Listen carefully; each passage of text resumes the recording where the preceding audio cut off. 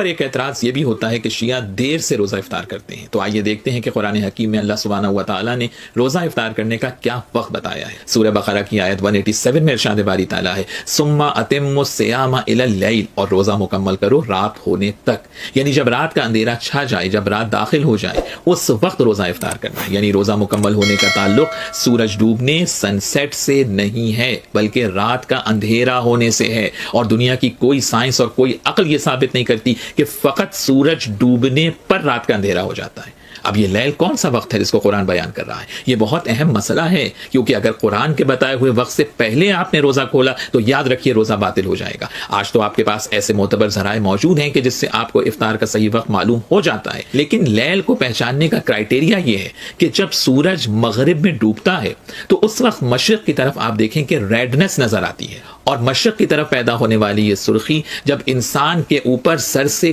گزر جائے اس وقت رات کا اندھیرا چاہتا ہے۔ اور یہ جو فرق ہے ہمارے اور دیگر مسلمانوں کے افطار کے وقت میں، تو یہ اسی وجہ سے ہے کہ ہم اس لیل کے ہونے کا انتظار کرتے ہیں جو قرآن نے روزہ مکمل کرنے کا وقت بتایا ہے۔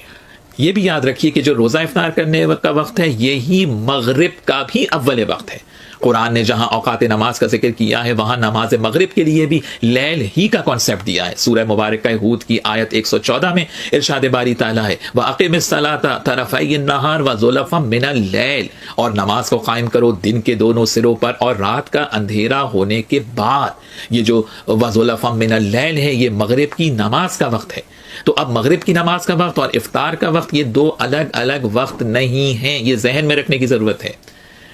یعنی اول مغرب کا وقت بھی رات کا داخل ہونا ہے اور افطار کا وقت بھی یہی ہے کہ جب رات کا اندھیرا چھا جائے، اور ان دونوں کو قرآن نے لفظ لیل سے بیان کیا ہے۔ افطار کے وقت کا ذکر سورہ بقرہ کی آیت 187 میں ہے، اور وقت اول نماز مغرب کا ذکر سورہ ہود کی آیت 114 کے اندر موجود ہے۔ اب نماز مغرب اور افطار دونوں کا جب وقت ایک ہی ہے تو اب پہلے کون سا کام کریں؟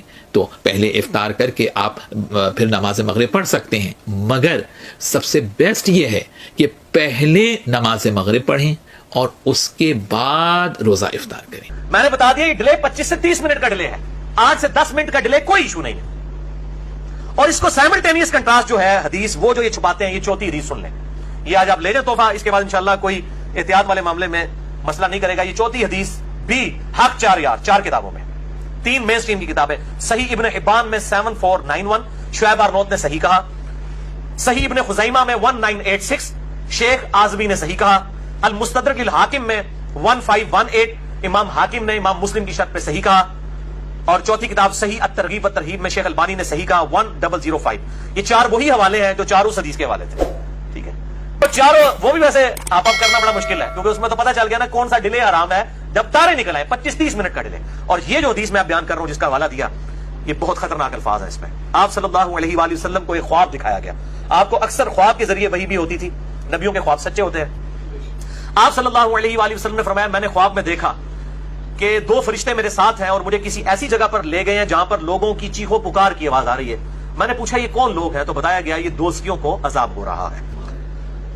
پھر کہتے ہیں کہ میں تھوڑا آگے جب گیا تو ایک پہاڑی آئی، اس پہاڑی پر چلنا میرے لیے دشوار ہو گیا، تو 2 فرشتوں نے میری مدد کی تو میں اس پہاڑی کو کراس کرنے میں کامیاب ہو گیا۔ پھر میں نے وہاں پر کچھ لوگ دیکھے جو الٹے لٹکے ہوئے تھے، اپنے پاؤں کے ساتھ، پونچوں کے ساتھ الٹے لٹکے ہوئے تھے، اور ان کی باچھیں چری ہوئی تھیں اور اس میں سے مسلسل خون بہ رہا تھا۔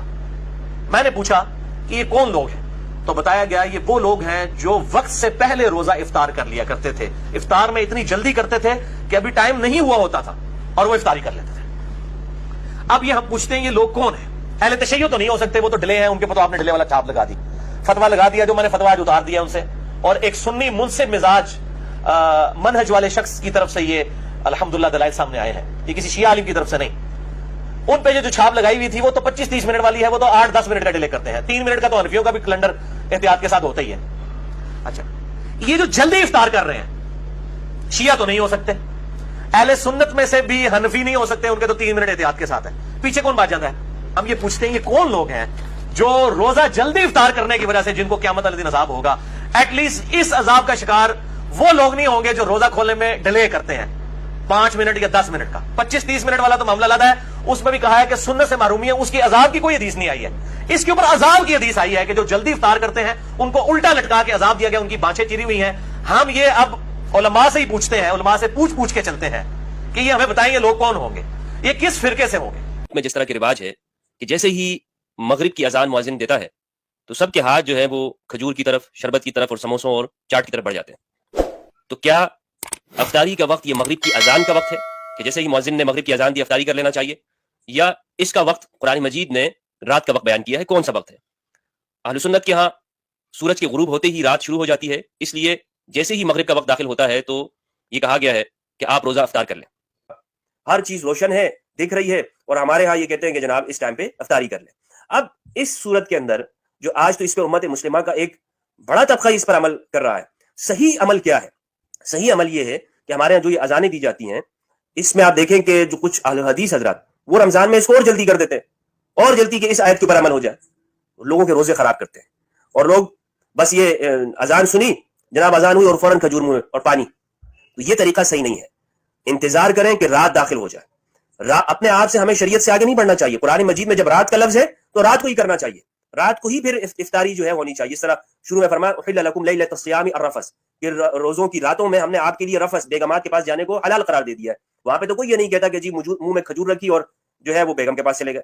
وہاں پہ رات کا معنی کیا ہے؟ ہر ایک یہ سمجھ رہا ہے کہ رات سے مراد وہ رات ہے، لیکن یہاں اتم الصیام الی اللیل کے اندر آ کے وہ کہتے ہیں نہیں، رات سے مراد یہاں پہ مغرب ہے، مغرب کی سورج غروب ہوا اور بس یہاں پہ جو ہے اب وہ افطاری کر لی. تو درست یہ ہے شیعہ سنی اس اختلاف کے اندر کہ بہتر طریقہ یہ ہے کہ ہم انتظار کریں، جب یہ سرخی ارد گرد میں یہ غائب ہو جائے تب ہی ہمیں افطار کرنی چاہیے. اور یہی درست طریقہ ہے، اور جس میں ہمارے یہ بھائی شیعہ اس پر عمل کرتے ہیں، یہ قرآن مجید کی آیت کے اوپر عمل کرتے ہیں. اور ہم یہ جناب وہ صرف اس کے اندر آ کے اس پہ تو شیعہ وہ تو مسلمانوں سے الگ افطار کر رہے ہوتے ہیں. ہمارا یہ کانسیپٹ بن گیا ہے شیعوں کی اذان الگ ہے، ان کی افطاری الگ ہے، ان کی سحری الگ ہے. ارے بھائیو، اگر کوئی قرآن پہ عمل کر رہا ہے تو آپ سے الگ تو نہ ہوا، آپ ان سے الگ ہو گئے، قرآن سے الگ ہو گئے. آپ کو قرآن مجید سمجھنا چاہیے تھا، لیکن آپ نے اپنی انا کا مسئلہ بنا لیا کہ نہیں اب وہ کرتے ہیں تو ہم نے تو قرآن پہ عمل نہیں کرنا، ہم کیسے قرآن پہ عمل کریں. تو درست بات یہ ہے کہ انتظار کرنا چاہیے، اور اتنا انتظار میں کچھ نہیں ہوتا. آپ نے 8 گھنٹے انتظار کیا ہے، 7 گھنٹے انتظار کیا ہے، تو آپ 10 منٹ 12 منٹ اور انتظار کر لیں اور ایک ساتھ روزہ کھولے. امت کے اندر ایک اتفاق بھی ہوگا اور قرآن مجید کی طرف بھی ہم قریب میں آئیں گے.